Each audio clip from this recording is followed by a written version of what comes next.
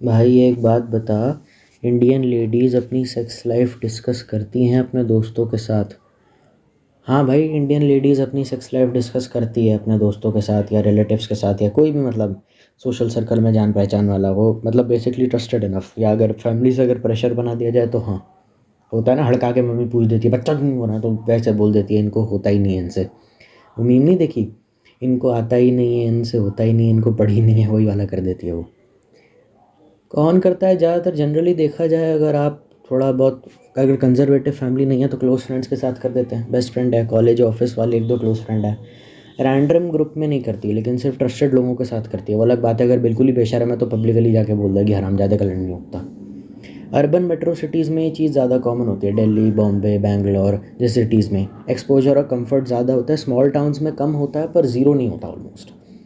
अगर हम अनमैरिड या वर्सेस मैरिड को देखें तो अनमैरिड में डेटिंग होती है, अट्रैक्शन होती है, कन्फ्यूजन होती है, एक्सपेक्टेशन डिस्कस होता है। और अगर मैरिड हो तो satisfaction, issues, misunderstanding, pressure discuss होता है। मैरिड वुमेन भी बात करती है, बस टोन अलग होता है उसका। किस टाइप की बातें होती हैं तो नॉर्मल है या नहीं, मुझे ये फील होता है, तुझे भी होता है क्या, पार्टनर समझ आ रहा है या नहीं, मैं ओवर थिंक तो नहीं कर रही मतलब इन जी चक्करों को लेकर के। और कई बार ऐसा भी होता है कि गुड न्यूज़ का डायलॉग था, वो बैठा हुआ था अपनी वाइफ के साथ। एक फिल्म है जिसमें उनको बच्चा नहीं हो रहा होता तो वो करवाते हैं, IVF करवाते हैं। तो वो कह देती है कि तेरा जीजा भी इस तरीके से ट्राई करता है बिस्तर पे जैसे एहसान कर रहा हो। तो कोई भी ज़रूरत ज़्यादा बेशरम है वो भी। एक्सट्रीम केसेस में क्या होता है, मादर चौथ में किसी ने लिखा है चैट में, बताता हूँ ना। ग्राफिक डिटेल्स दे दी जाती हैं, कैसे करा था, क्या करा था, सब करा था, कैसे करा था, पोजीशन या एक्ट बाय एक्ट का डिस्क्रिप्शन कर देती है। पार्टनर को डिसरिस्पेक्ट करना मोस्ट केसेस में हो जाता है। मतलब मूवीज़ या जो पॉर्न जैसा एक्सप्लिसिट गॉसिप ये करती हैं। तो क्या ये डिस्कस करती हैं? क्यों करती हैं? क्योंकि रीअश्योरेंस चाहिए होती है, कभी कभार कन्फ्यूजन होती है, मैं अकेली तो नहीं हूँ, क्योंकि बॉडी और इमोशन समझ में नहीं आते। कन्फ्यूजन क्लियर करने के लिए, इमोशनल क्लैरिटी के लिए होता है, प्लेजर ब्रैगिंग के लिए नहीं। लेकिन ज़्यादातर प्लेजर ब्रैगिंग के लिए कि मैं तेरा भैया ना, मतलब ऐसे होते हैं कि मतलब ओहो, समझ रहे हो भैया। क्या इंडियन वुमेन सेक्स के बारे में बात नहीं करती? हाँ भाई बात करती हैं, सेफ़ लोगों के साथ और सेफ़ लैंग्वेज में बात करती हैं। सिर्फ मॉडर्न गर्ल्स करती है नहीं, ट्रेडिशनल बैकग्राउंड वाली भी करती हैं, पर चुप छुपा के, क्योंकि छोटे शहरों में सब ज़्यादा होता है। इंडियन लेडीज़ सेक्स लाइफ अपने क्लोज ट्रस्टेड फ्रेंड सर्कल के साथ डिस्कस करती है, ज़्यादातर डाउट्स, फीलिंग और रीअश्योरेंस के लिए। ग्राफिक या कैजुअल गॉसिप कॉमन नहीं होता, और सर्कल होता भी है तो सिलेक्टिव होता है काफ़ी। तो और बताओ क्या पूछ रहे हो? कौन कौन सी जगह पर सेक्स लाइफ डिस्कस की जाती है? अच्छा, तुम सेक्स करने की जगह नहीं, सेक्स लाइफ डिस्कस करने की जगह पूछ रहे हो।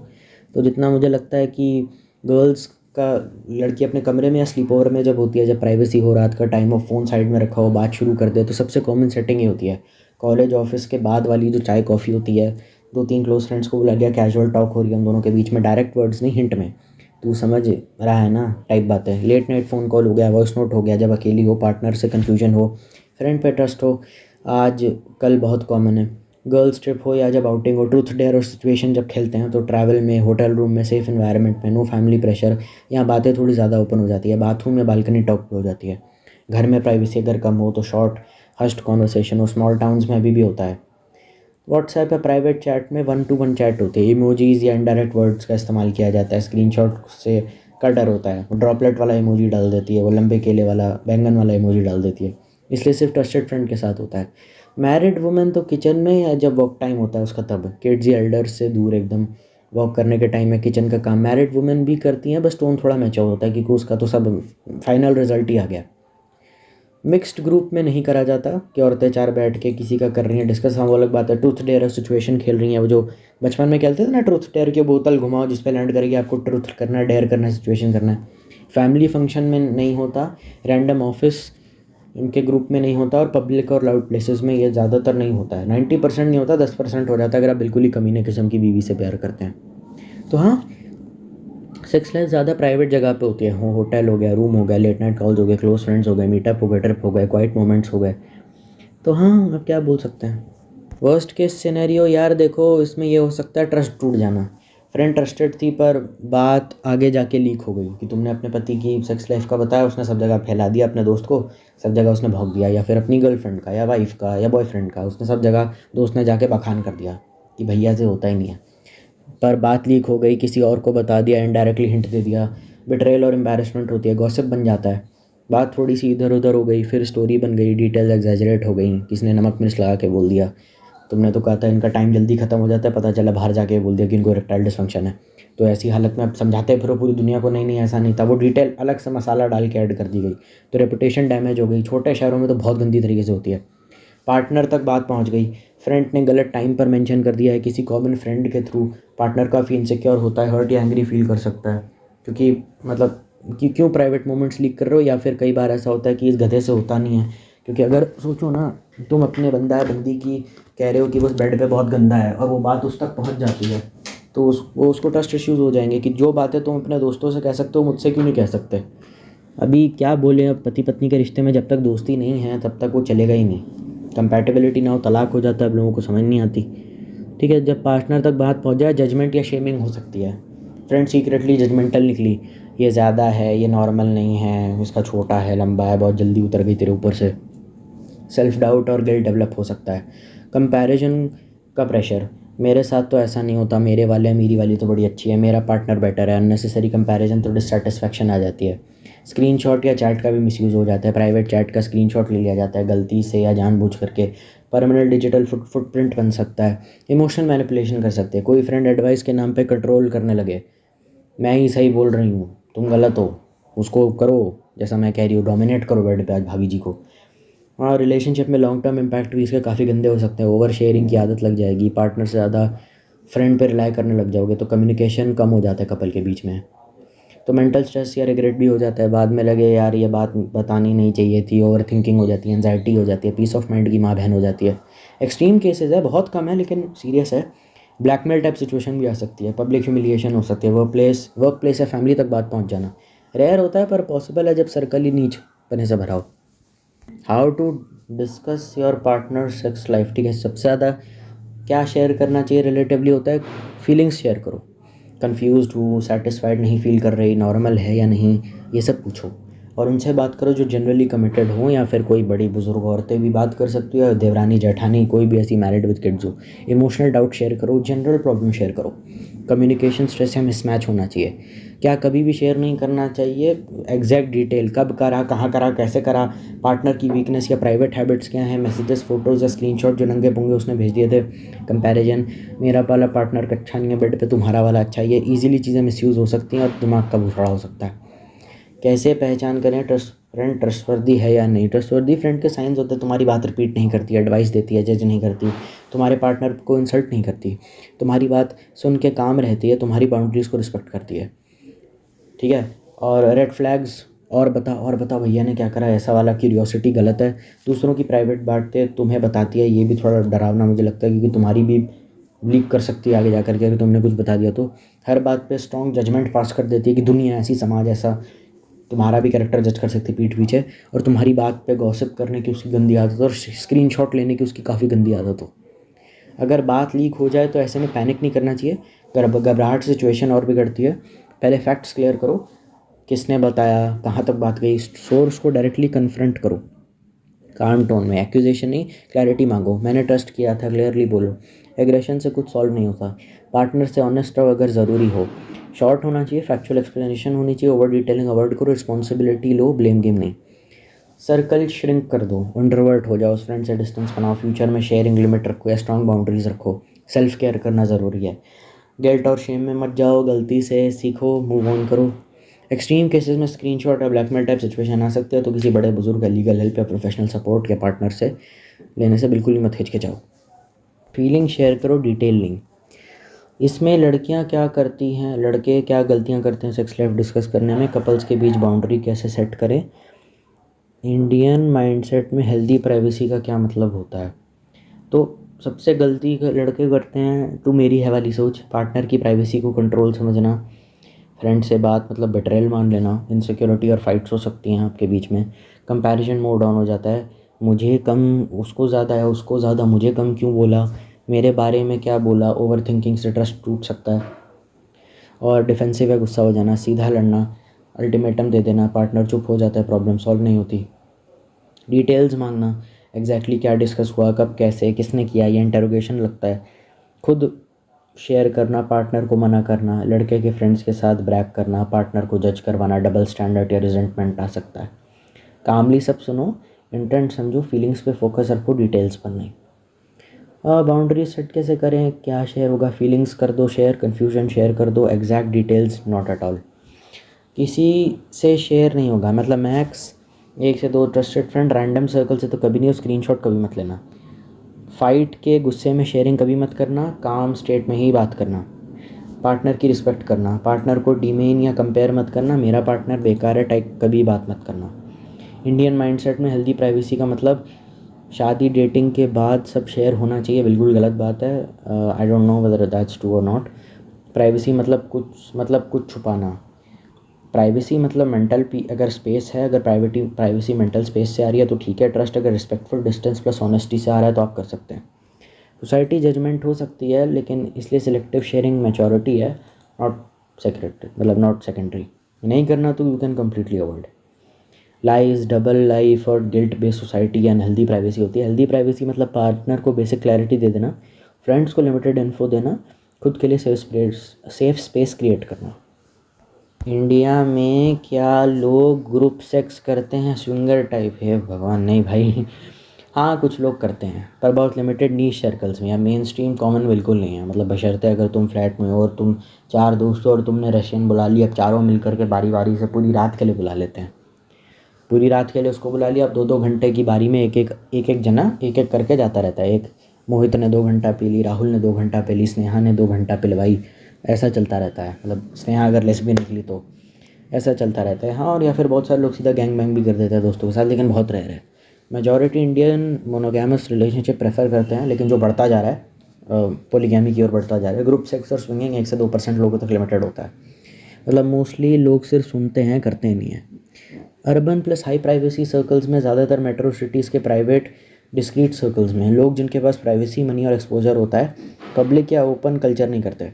मोस्टली मैरिड कपल स्विंगिंग करते हैं। स्विंगिंग ज़्यादातर मैरिड कपल्स के बीच होता है। रूल होता है म्यूचुअल कंसेंट प्लस के क्लियर बाउंड्रीज, रैंडम या कैजुअल नहीं होता। फैंटेसी ज़्यादा, रियलिटी कम। बहुत लोग फैंटेसी लेवल पे सोचते हैं, रियलिटी में जब जेलसी, इनसिक्योरिटी, फियर आता है तो लोग बैक ऑफ करते हैं। मतलब लोगों को स्विंगर्स क्लब क्यों अच्छा लगता है? क्यूरियोसिटी होती है, रूटीन से बोर्डम हो जाते हैं, फॉरबिडन एक्साइटमेंट होती है, पॉन या मीडिया का इन्फ्लुएंस होता है। अट्रैक्शन का मतलब पार्टिसिपेशन नहीं होता। अवॉइड इसलिए करते हैं क्योंकि जेलसी और इनसिक्योरिटी, रियल लाइफ में इमोशंस कंट्रोल करना मुश्किल हो जाता है। दूसरे की बीवी चोट दी, अजीब लगेगा सामने वाली। ट्रस्ट इश्यूज़ होता है, बाउंड्री क्रॉस होगी वाली फीलिंग आ जाती है, सोशल या कल्चरल प्रेशर आ जाता है। स्विंगर्स इंडिया में स्विंगिंग कल्चर इतना कम क्यों है? एक्सपोजर का डर है, रेपुटेशन का रिस्क है, लीगल सेफ्टी फेयर होता है, प्राइवेसी, ब्लैकमेल या कंसेंट कंसर्न्स होते हैं जो रेयरली डिस्कस होते हैं। वर्स्ट केस रियलिटीज़, रिलेशनशिप टूट जाता है, लॉन्ग टर्म ट्रस्ट डैमेज हो जाता है, मेंटल स्ट्रेस, रिग्रेट होता है, ब्लैकमेल या सोशल एक्सपोजर होता है, गिल्ट दैट लास्ट लॉन्ग। इसलिए ज़्यादातर लोग फैंटेसी पे ही छोड़ देते हैं।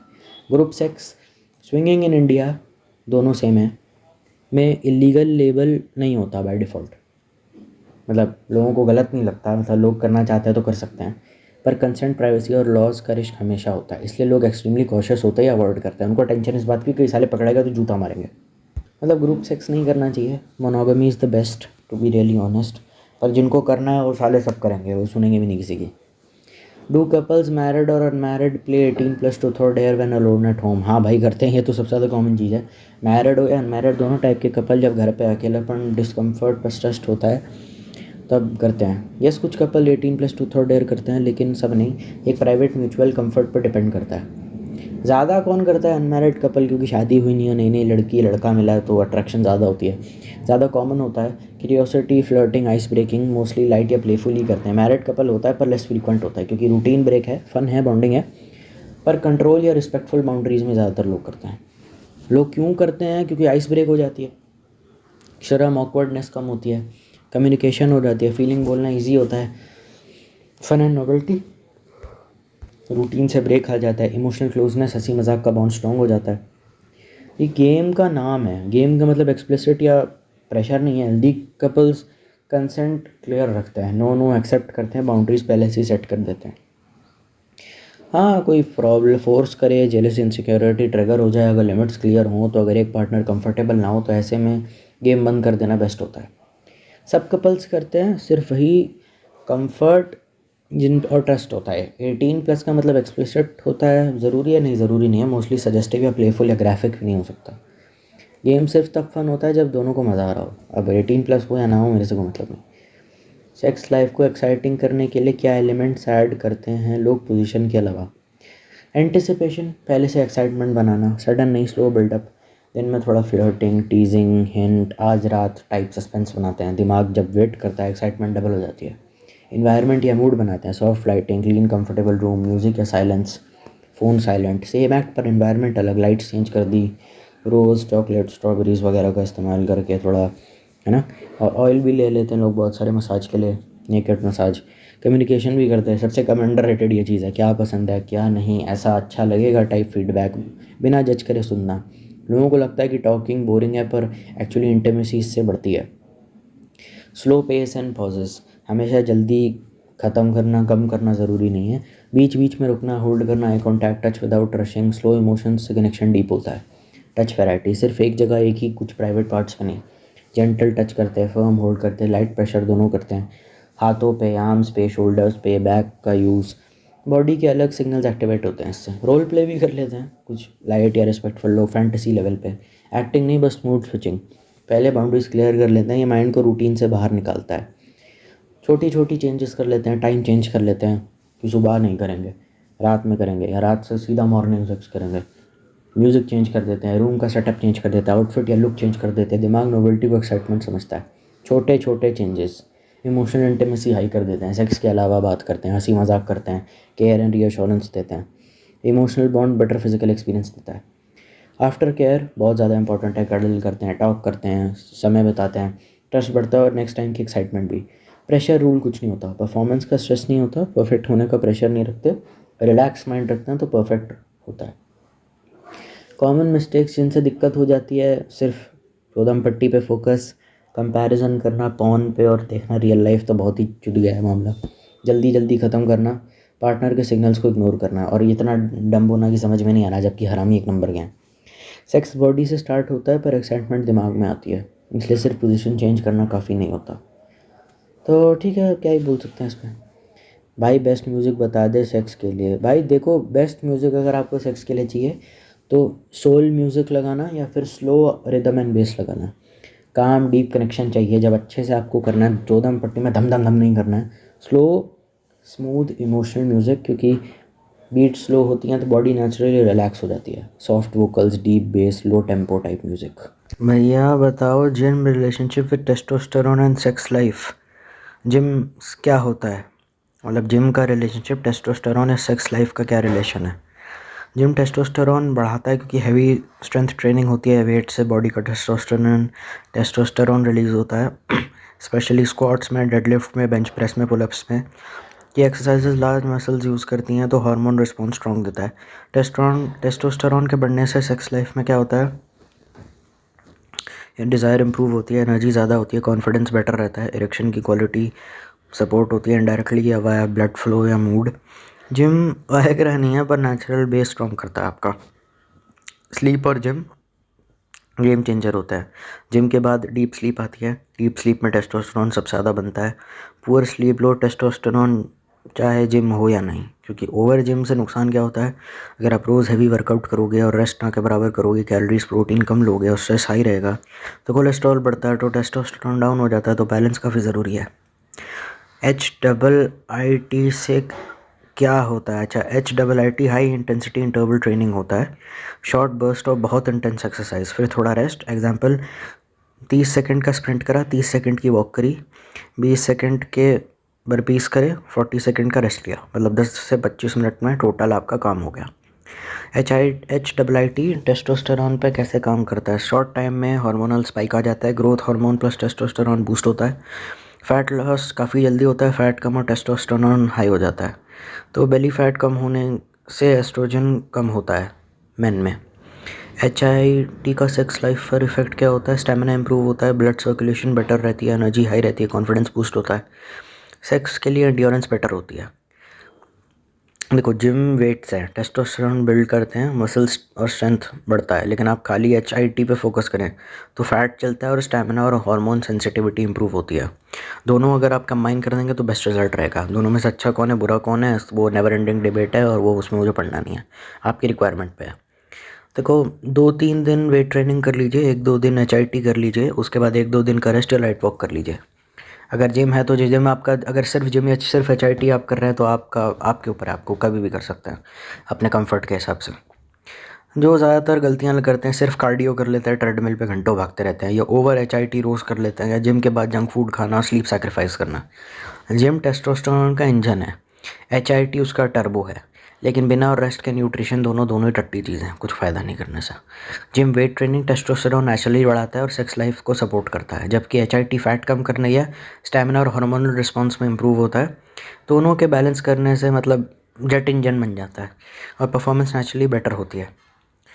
हाई अच्छी डाइट बता टेस्टोस्टेरोन के लिए सबसे अच्छी, हाँ बता देते हैं ना। प्रोटीन खाना चाहिए आपको, अब प्रोटीन का वेज हो नॉन वेज हो मेरे से मतलब नहीं, और ना मैं उस थोड़ी हुई डिबेट में पढ़ने वाला कि अंडे में ज़्यादा प्रोटीन होता है, चिकन में, मच्छी में या दाल में, वो तुम्हारे ऊपर है। प्रोटीन तो तुमको लेना ही पड़ेगा, क्योंकि टेस्टोस्टेरोन बनाने के लिए प्रोटीन बहुत ज़रूरी होता है। कुछ इंडिया में जो अंडे हैं, पनीर, दही, दाल, चावल, राजमा, चिकन, फिश, अगर नॉन वेज हो तो, अगर अंडे तो होल एग योग के साथ, मतलब डेली टारगेट, हर मील में थोड़ा थोड़ा प्रोटीन लेना होता है, या फिर प्रोटीन शेक भी आप वर्कआउट के बाद प्री या पोस्ट वर्कआउट ले लेना चाहिए। हेल्दी फैट्स बहुत इंपॉर्टेंट है, क्योंकि टेस्टोस्टेरोन फैट से बनता है, लो फैट डाइट से लो टेस्टोस्टेरोन बनता है। तो मूंगफली है, बादाम है, अखरोट है, घी है, थोड़ा सा सरसों का तेल है, ऑलिव ऑयल है, और अंडा योक। फैट से मत डरो, जंक फैट से डरो, सैचुरेटेड फैट से डरो। जिंक से रिच फूड टेस्टोस्टेरोन में सबसे अच्छा काम आते हैं, क्योंकि जिंक डायरेक्टली टेस्टोस्टेरोन सपोर्ट करता है। पम्पकिन सीड्स है, मूंगफली है, चना है, दलिया है, अंडे हैं। जिंक डेफिशिएंसी अच्छी बात नहीं है, क्योंकि विटामिन डी फूड्स, क्योंकि लो विटामिन डी से कम टेस्टोस्टेरोन बनेगा। तो अंडे हैं, दूध है, दही है, बटर है लिमिटेड क्वांटिटी में, और 20-30 मिनट सनलाइट, या फिर अगर ये भी ना पड़े तो फिर सप्लीमेंट्स आते हैं विटामिन D3 K2 के, और फिर या फिर सप्लीमेंट्स, टैबलेट, मेडिसिन जो भी बोलते हैं उसको। फिर मैग्नीशियम फूड भी लेना पड़ता है, क्योंकि स्ट्रेस हार्मोन कम करता है मैग्नीशियम। टेस्टोस्टेरोन बचता है, क्योंकि केला हो गया, पालक हो गया, नट्स हो गया, सीड्स हो गया, डार्क चॉकलेट हो गया थोड़ा सा। फ्रूट्स को टेस्टोस्टेरोन को सपोर्ट करते हैं, वो हैं अनार, ब्लड फ्लो के लिए अच्छा है और हार्मोन्स के लिए भी अच्छा है। केला एनर्जी देता है, एप्पल भी अच्छा है। सीजनल फ्रूट्स लेकिन लिमिट में, ओवर स्वीट फ्रूट्स को अवॉइड करो। टेस्टोस्टेरोन फ्रेंडली वेजिटेबल्स अगर आप देखें तो पालक है, ब्रोकली है, गोभी है, प्याज है, लहसुन है। एस्ट्रोजन कंट्रोल करते हैं, मेन के लिए बहुत इंपॉर्टेंट है। सबसे इम्पॉर्टेंट, ज़्यादा शुगर, ज़रूरत से ज़्यादा कोल्ड ड्रिंक अवॉइड करना है। ज़्यादा कोल्ड ड्रिंक, ज़्यादा शराब, ज़्यादा जंक फूड या रिफाइंड कार्ब्स, ज़्यादा सोया इन एक्सेस कभी कभी ठीक है। मतलब जैसे कि मॉर्निंग में अगर आप नॉन वेजिटेरियन है तो मैं बता रहा हूँ डाइट आपको, 2 होल एग्स आ गए, दूध या दही ले लीजिए, 1 केला ले लीजिए, दाल चावल रोटी सब्ज़ी, पालक ब्रोकली टाइप, थोड़ा घी टाइप, इवनिंग में मूंगफली या रोस्टेड चना या फ्रूट, अनार कुछ ऐसा। डिनर में पनीर, चिकन, फिश, सब्ज़ी, लाइट रोटी, नाइट ओरिजिनल हल्दी वाला दूध, स्लीपलेस रिकवरी। ऑप्शनल है ये। बहुत सारे लोग कहेंगे अमीरों का ठीक है भाई, कम से कम हल्दी वाला दूध ही पी ले चल तू, बस ठीक है, नॉर्मल खाना और हल्दी वाला दूध। अब ये मत कहना घर में कच्ची हल्दी नहीं है तेरे। रियलिस्टिकली एक्सपेक्ट क्या कर सकते हैं, 2-3 वीक्स में एनर्जी आपकी बेटर होगी, 1-3 महीने में टेस्टोस्टेरोन अच्छा होगा, लिबिडो और कॉन्फिडेंस ग्रेजुअली इंप्रूव हो जाएगा। प्रोटीन, हेल्दी डाइट, स्लीप और वर्कआउट हाई टेस्टोस्टेरोन अपने आप ले जाता है, तो अच्छे से परफॉर्म कर पाओगे। तो ठीक है, इसमें क्या बोल सकते हैं। अच्छा, वेजिटेरियन के लिए डाइट पूछ रहे हैं आप, तो ठीक है बता देते हैं, इसमें सच क्या डरने वाली बात है। सबसे पहले प्रोटीन के वेज सोर्सेस जान लीजिए। पनीर है, दही है, कर्ड है, मिल्क है, सोयाबीन है, लिमिट में लेकिन डेली नहीं। दाल, चना, राजमा, मसूर, ये प्रोटीन कम होगा तो टेस्टोस्टेरोन बन ही जाएगा, हाँ नहीं सॉरी बन नहीं पाएगा सॉरी। हेल्दी फैट्स बहुत ज़रूरी है, मूंगफली हो गई, बादाम हो गए, अखरोट हो गए, थोड़े से घी ले लीजिए 1 चम्मच डेली, सरसों का तेल या ग्राउंडनट ऑयल। फैट हार्मोन का रॉ मटेरियल होता है। जिंक या मैग्नीशियम, ये सबसे ज़्यादा गोल्ड माइन है। पम्पकिन सीड है, सनफ्लावर सीड है, तिल है, पालक है, केला है। जिंक डेफिशिएंसी से हालत ख़राब हो सकती है। विटामिन डी वेज के साथ सनलाइट, दूध है, दही है, पनीर है, रोज़ 20-30 मिनट धूप ले लीजिए। टेस्टोस्टेरोन फ्रेंडली सब्जी खाइए, पालक, ब्रोकली, गोभी, प्याज, लहसुन, एस्ट्रोजन कंट्रोल करती है। चीप इंडियन डाइट प्लान, अगर मॉर्निंग में 1 गिलास दूध ले लीजिए, 1 केला ले लीजिए, 1 मुट्ठी मूंगफली ले लीजिए, लंच में दाल चावल रोटी सीजनल सब्जी और 1 चम्मच घी, रोस्टेड चना पीनट्स ले लीजिए, दही ले लीजिए, और डिनर में पनीर भुर्जी सोयाबीन सब्जी रोटी थोड़ी सब्जी, और नाइट में हल्दी वाला दूध ऑप्शनल है। फूड्स जो टेस्टोस्टेरोन डिस्ट्रॉय करते हैं उसकी माँ बहन करता है, जिससे आपकी सेक्स लाइफ जुड़ जाती है। कोल्ड ड्रिंक्स है, मिठाई है, बेकरी है, इंसुलिन काफ़ी स्पाइक हो जाता है तो टेस्टोस्टेरोन अपने आप नीचे चला जाता है। जंक और रिफाइंड खाना भी होता है, chips pizza burger white bread, क्योंकि हार्मोनल इम्बैलेंस हो सकता है। एक्सेसिव अल्कोहल बियर और hard drinks testosterone killer number 1 होता है। टू मच सोया, रोज़ सोया चंक और ज़रूरत से ज़्यादा टोफू खा रहे हैं तो कभी कभी ओके है, लेकिन रोज़ नहीं करना चाहिए। प्लास्टिक कंटेनर भी काफ़ी ज़्यादा होते हैं, तो पर मैं उसका उतना विरोध नहीं करूँगा, क्योंकि हम सब जानते हैं कि हम जब भी सब्जी या कुछ भी सामान लेकर के आते हैं तो प्लास्टिक की थैली में होता है, और घर में भी काफ़ी प्लास्टिक यूज़ होता है। गर्म खाना प्लास्टिक में डाल देना है, प्लास्टिक बॉटल का पानी पीना, क्योंकि बीपीए टेस्टोस्टेरोन कम करता है। भैया कितने ग्राम चीज़ें खाएं कि अच्छी सेक्स लाइफ हो जाए, बताते हैं ना। देखो, प्रोटीन का टारगेट 1.6 से 2 ग्राम होना चाहिए आपका, केजी जो भी है बॉडी वेट के हिसाब से आपके 1.6 से 2 ग्राम, या केजी भी आपके बॉडी वेट के हिसाब से। 150 to 200 grams paneer a day, दही या कर्ड आप 200 टू 300 ग्राम्स ले सकते हैं। दाल सूखी 60 टू 80 ग्राम्स, पकने के बाद 1.5 कप्स, 250 ml मिल्क, या फिर रोस्टेड चना 40 to 50 grams. Daily protein approx 90 to 120 gram average meal के लिए इतना लगता है। और फैट्स की हम बात करें तो घी का 1 tablespoon 5 gram, peanuts 30 to 40 grams, mix nut बादाम अखरोट वगैरह जितने भी नट वगैरह घर में मिलते हैं वो सब 10 से 15 ग्राम। कुकिंग ऑयल सीजन या सरसों या ग्राउंडनट का 2-3 टेबल स्पून रोज़। जिंक या magnesium pumpkin seeds 15 to 20 gram, sunflower seeds 10 gram, पालक या ग्रीन्स 1 कप कुक्ड, और बनाना 1 मीडियम। विटामिन डी के लिए सनलाइट में 20-30 मिनट या 10 बजे से लेकर 2 बजे तक के बीच में सबसे बेस्ट टाइम रहता है। फिर डेयरी प्रोडक्ट्स मिल्क दही दूध अलाउड है, पहले जैसा बता दिया। प्री वर्कआउट ऑप्शनल है, वैसे 1 बनाना और 1 ब्लैक कॉफ़ी आप ले सकते हैं। पोस्ट वर्कआउट या फिर प्रोटीन शेक तो मस्ट ही है, मतलब ज़रूरी नहीं है, मतलब बहुत सारे लोग पे प्रोटीन के पैसे नहीं होते, तो पोस्ट वर्कआउट हो गया 30-60 मिनट में दूध पी लीजिए, पनीर 100 ग्राम या वेज में 1 स्कूप ले लीजिए, या 1 फ्रूट एप्पल या अनार ले लीजिए, 250 ml मिल्क ले लीजिए। लंच में दाल 1.5 कप, रोटी 2 या चावल 1 कप, सब्ज़ी पालक ब्रोकली 1 कप, घी 1 टेबल स्पून, रोस्टेड चना 40 ग्राम या पीनट्स 30 ग्राम, दही 150 ग्राम, और डिनर में आ गया पनीर भुर्जी 150 ग्राम या सोया चंक्स 60 ग्राम्स, रोटी 2 सब्ज़ी 1 कप। रोटी आपका खुराक के हिसाब से एवरेज मेल का बताया मैंने, पता चले बॉडी बिल्डर है डाइट को ना फॉलो कर ले कोई।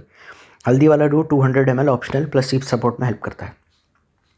ठीक है, वेकअप के टाइम पे 1 गिलास पानी पी लीजिए, सनलाइट में 10-15 मिनट बैठिए, बालकनी पे टेरेस पे मूवमेंट 5 से 10 मिनट तक लाइट वॉक कीजिए, थोड़ा स्ट्रेच कीजिए, ब्रीदिंग कीजिए 2 से 3 मिनट तक डीप ब्रीदिंग कीजिए, फ़ोन नहीं, अरे शुरुआत के 30 मिनट तक फ़ोन को हाथ मत लगाइए। प्रोटीन और फैट के साथ करिए, अब वो मुझे नहीं पता किससे आता है, क्योंकि मॉर्निंग में कॉर्टिसोल कम चला जाता है, टेस्टोस्टेरोन रिदम अलाइन हो जाती है, जैसे कि एग्स पनीर या पीनट्स जो कुछ भी है। शुगर स्वीट या कोल्ड ड्रिंक्स सुबह उठते ही अवॉइड करें। मैं कोल्ड ड्रिंक का बहुत बड़ा फ़ैन हूँ, मैं कैसे बोल रहा हूँ मुझे नहीं पता।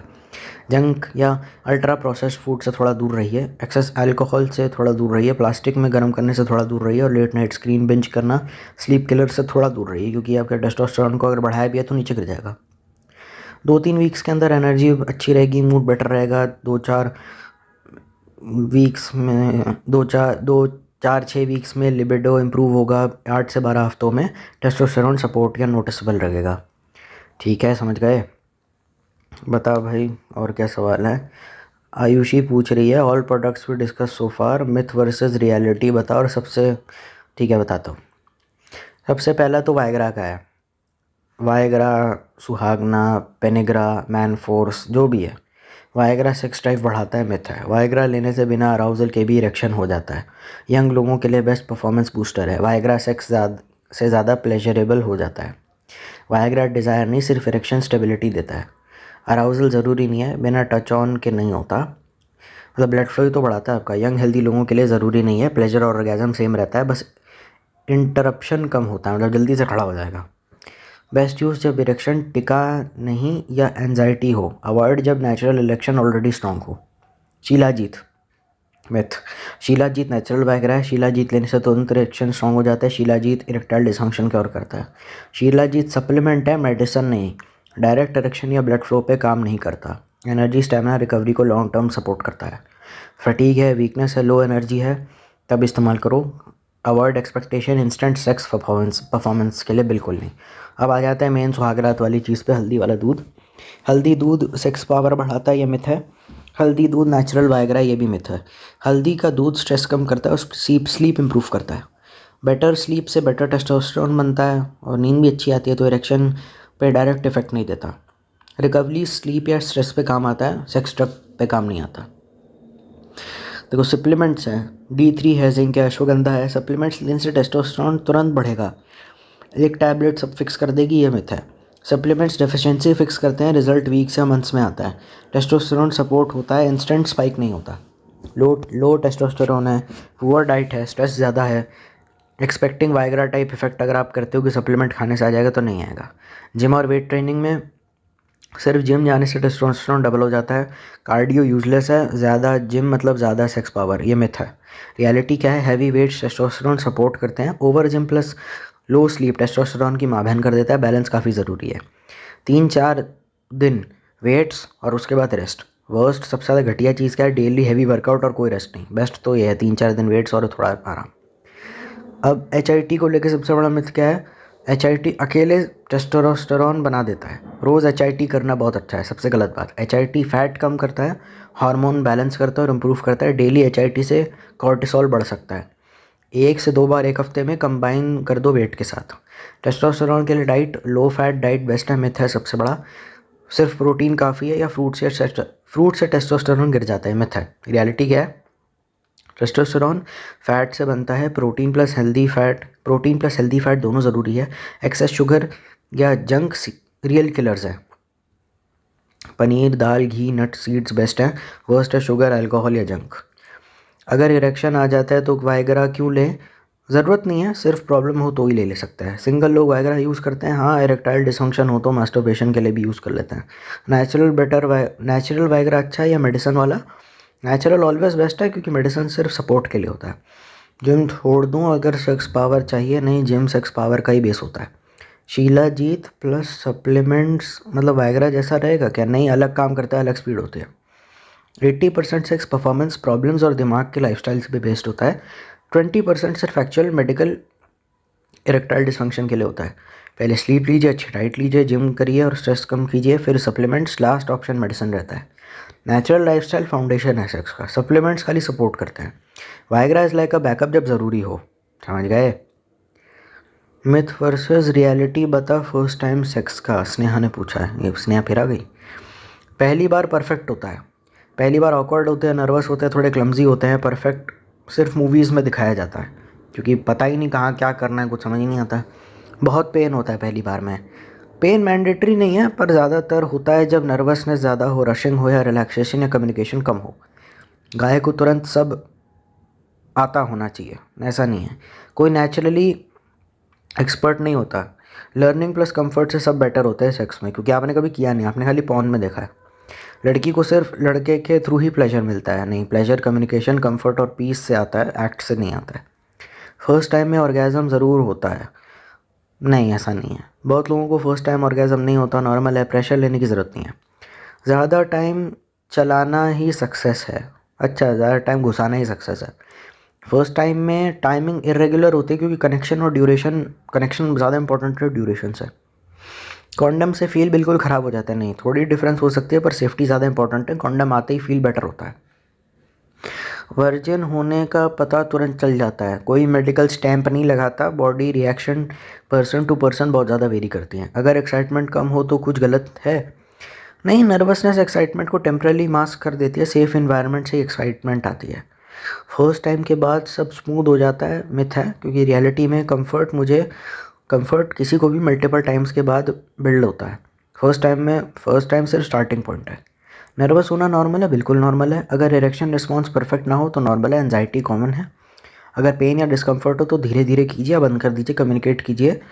और क्या बात करना ज़रूरी है, ऑफकोर्स बात ज़रूरी है, रेप थोड़ी करेगा भाई।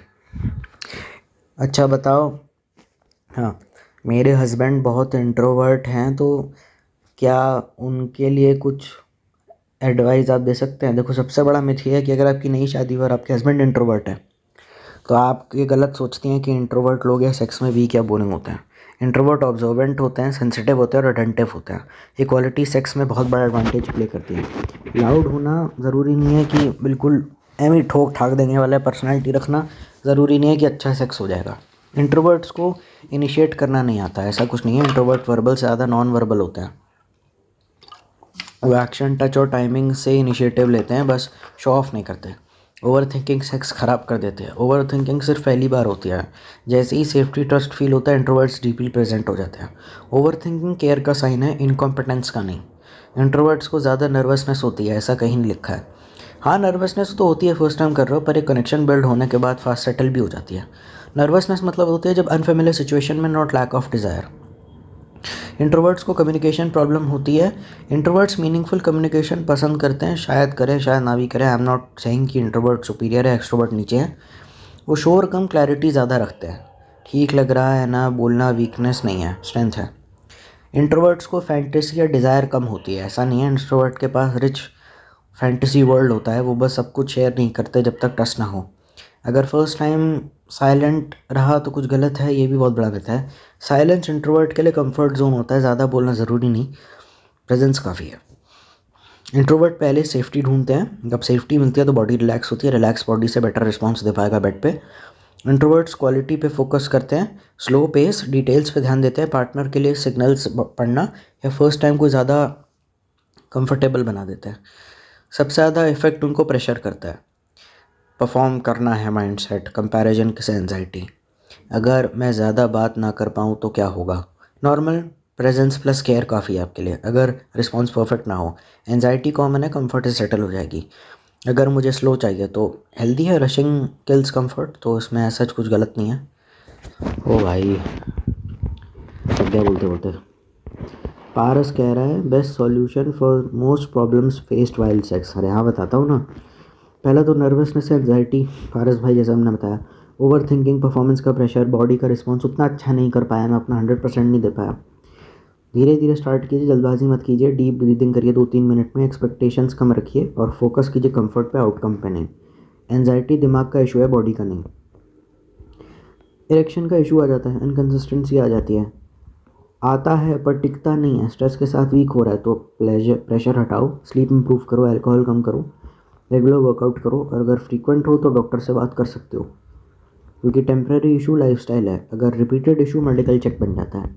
लो डिज़ायर, लिबिडो कम हो जाता है आपका, कि जैसे कि मूड नहीं है, थकान ज़्यादा है। स्लीप फिक्स करो, डाइट इंप्रूव करो, प्रोटीन और फैट्स लो, स्ट्रेस कम करो, या इमोशनल क्लोजनेस ज़्यादा बढ़ाओ। डिज़ायर कमांड पे नहीं, इन्वायरमेंट से आता है। पेन होता है, डिस्कम्फर्ट होता है, रश करते हैं बहुत सारे लोग बेड पे, बॉडी टेंस कर देते हैं, कम्युनिकेशन मिसिंग होती है। Slow pace, clear communication, pause लेना होता है। कंफर्ट, डिस्कम्फर्ट पे तुरंत स्टॉप कर देना होता है। पेन को इग्नोर करना कभी सॉल्यूशन है। बहुत ज़्यादा फास्ट करते हैं, टाइमिंग दिक्कत देते हैं, कंट्रोल नहीं लगता, प्रेशर बढ़ता जाता है। माइंड रिलैक्स, ब्रीदिंग पे फोकस करो, ब्रेक्स लेने में कुछ गलत नहीं है। परफॉर्मेंस माइंडसेट छोड़ो। कंट्रोल काम से आता है, टेंशन से नहीं। लैक ऑफ कनेक्शन से आ जाता है, मैकेनिकल फील लगता है काफ़ी ज़्यादा। Emotional missing, lack of connection जब बिल्ड हो जाता है काफ़ी साल के बाद शादी में, प्यार है ही नहीं, मैकेनिकल लगता है। इमोशन होता ही नहीं है। आई कांटेक्ट करो, पहले और बाद में सेक्स के बाद करो। पार्टनर के सिग्नल्स पे ध्यान दो, सेफ स्पेस बिल्ड करो, ठीक है। और कंपैरिजन, पॉर्न या पास्ट एक्सपीरियंसेस से वैसा होना चाहिए, सेल्फ डाउट आ जाता है। कंपैरिजन बंद करो, रियल बॉडीज़ जो दिखती हैं वो स्क्रीन पे नहीं होती हैं। अपनी पीस एक्सेप्ट करो। सबसे बड़ा कॉन्फिडेंस किलर यही सब है। इंट्रोवर्ट्स की सबसे कॉमन प्रॉब्लम बोल नहीं पाना, फीलिंग एक्सप्रेस करी नहीं जाती। तो शादी हो गई तो बीवी को क्या ही बोलेगा सेक्स के लिए। सिंपल वर्ड्स हैं, ठीक लग रहा है ना। Actions matter more than words. Silence भी कनेक्शन हो सकता है, लाउड होना ज़रूरी नहीं है। आफ्टर सेक्स की ऑकवर्डनेस भी होती है, साइलेंस अनकंफर्टेबल लगता है। बेस्ट सॉल्यूशन है नॉर्मल बात करो, रीअश्योरेंस करो, कडलिंग करो, काम टॉक करो। आफ्टर केयर ट्रस्ट बिल्ड करना होता है। आफ्टर केयर ट्रस्ट बिल्ड करता है।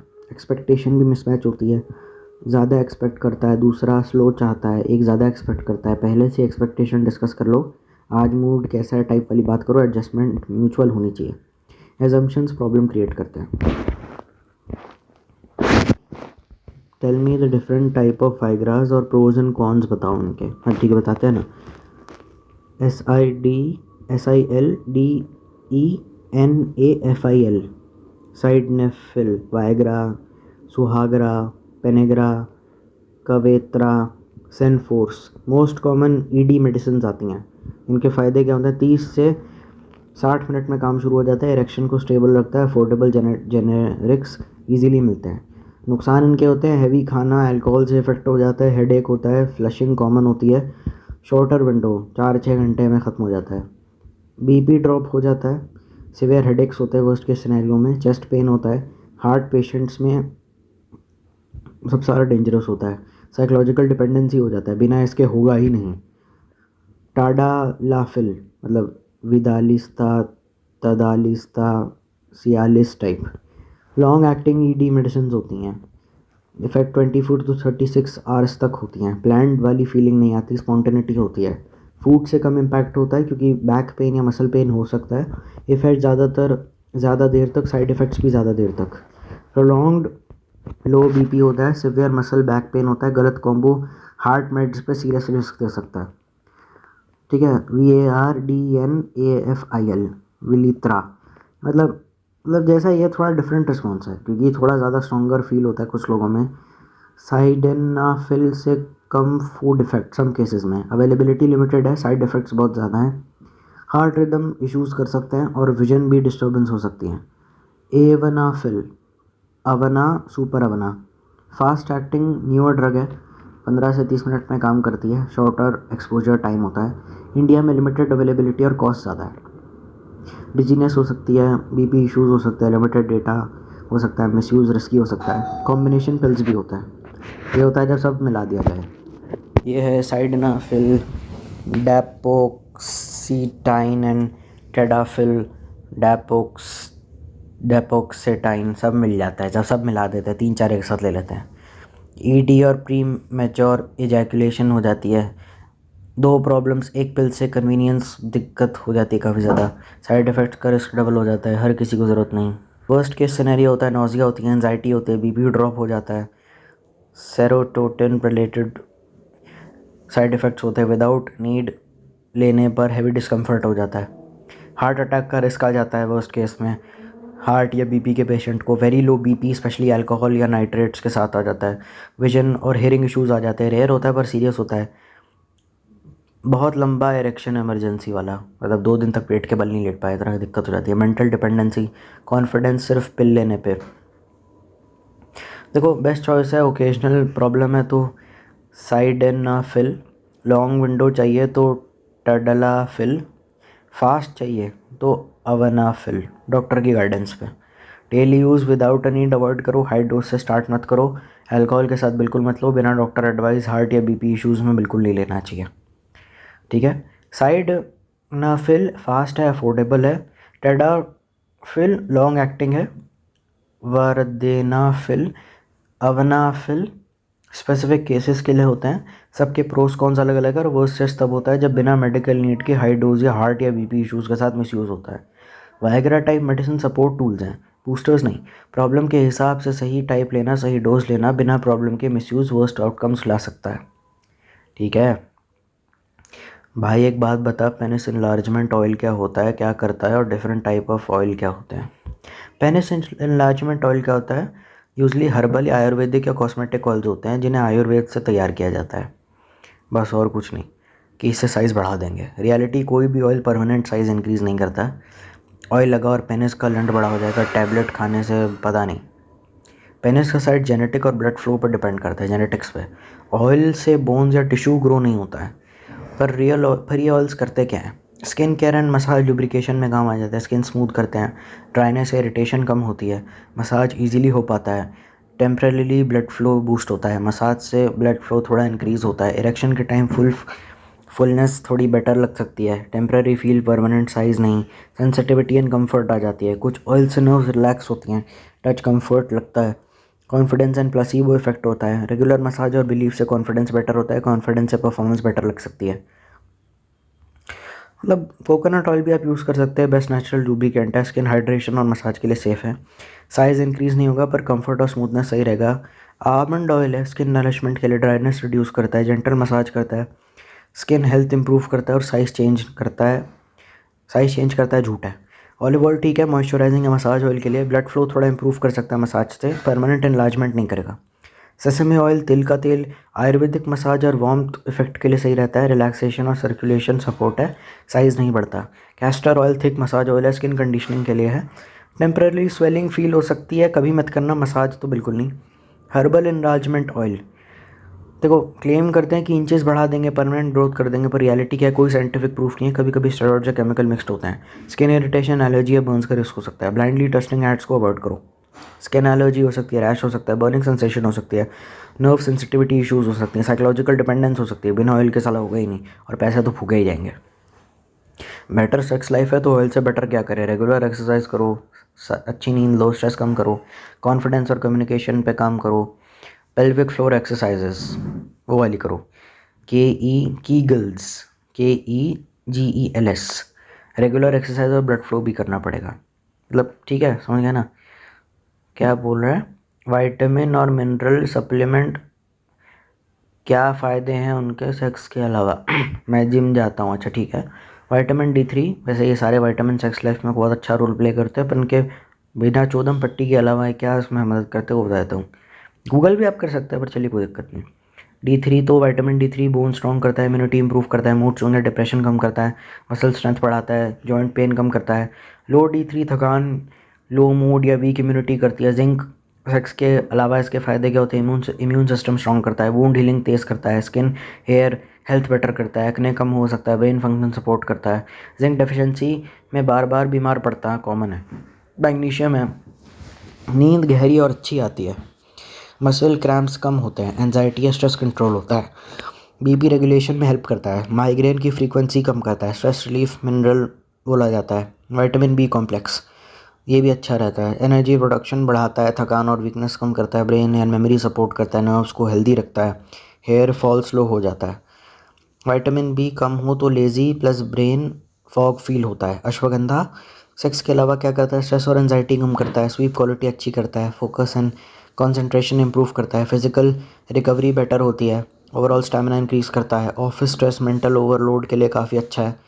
मेथी, जनरल बेनिफिट क्या होते हैं, ब्लड शुगर कंट्रोल करता है, डाइजेशन इंप्रूव करता है, एनर्जी लेवल अच्छे करता है, इन्फ्लेमेशन कम करता है, एपेटाइट अच्छी करता है, बैलेंस करता है, डायबिटीज़ रिस्क वालों के लिए हेल्पफुल होता है। ओमेगा 3 ठीक है, हार्ट हेल्थ इंप्रूव करता है, कोलेस्ट्रॉल कंट्रोल करता है, ब्रेन हेल्थ या मेमोरी के लिए अच्छा है, जॉइंट पेन या स्टिलनेस के लिए कम है, स्किन फ्लो और हेयर सपोर्ट के लिए अच्छा है, फुल बॉडी सप्लीमेंट है। ठीक है। ये पता नहीं, सिट्रुलिन तो ये किस लिए है, ब्लड सेक्स के अलावा ब्लड सर्कुलेशन के लिए बेटर रहता है, एक्सरसाइज से परफॉर्मेंस इंप्रूव करता है, मसल पंप या रिकवरी में अच्छा लगता है, बीपी सपोर्ट में हेल्प करता है, कुछ केसेस में फटीग कम करता है। अगर सेक्स लाइफ का इशू नहीं भी हो तो ये ले सकते हैं, हाँ बिल्कुल ले सकते हैं, कोई दिक्कत नहीं। क्या ये सब लाइफ लॉन्ग लेने पड़ते हैं? नहीं भाई, डेफिशिएंसी फिक्स होने के बाद ब्रेक लिया जा सकता है। क्या बिना एक्सरसाइज के भी काम करेंगे पर एक्सरसाइज या प्लस स्लीप के साथ इफेक्टिव होते हैं। ये सप्लीमेंट सेक्स के लिए नहीं बने, सेक्स इनका एक साइड बेनिफिट है, असली फ़ायदा बेटर एनर्जी, मूड और इम्यूनिटी और रिकवरी में हेल्प करता है। ओहो, किसने पूछा है विटामिन एंड मिनरल्स की गोली या जो हम सप्लीमेंट खाते हैं उसका क्या इफेक्ट होता है सेक्सुअल परफॉर्मेंसेस पे फॉर मेल्स?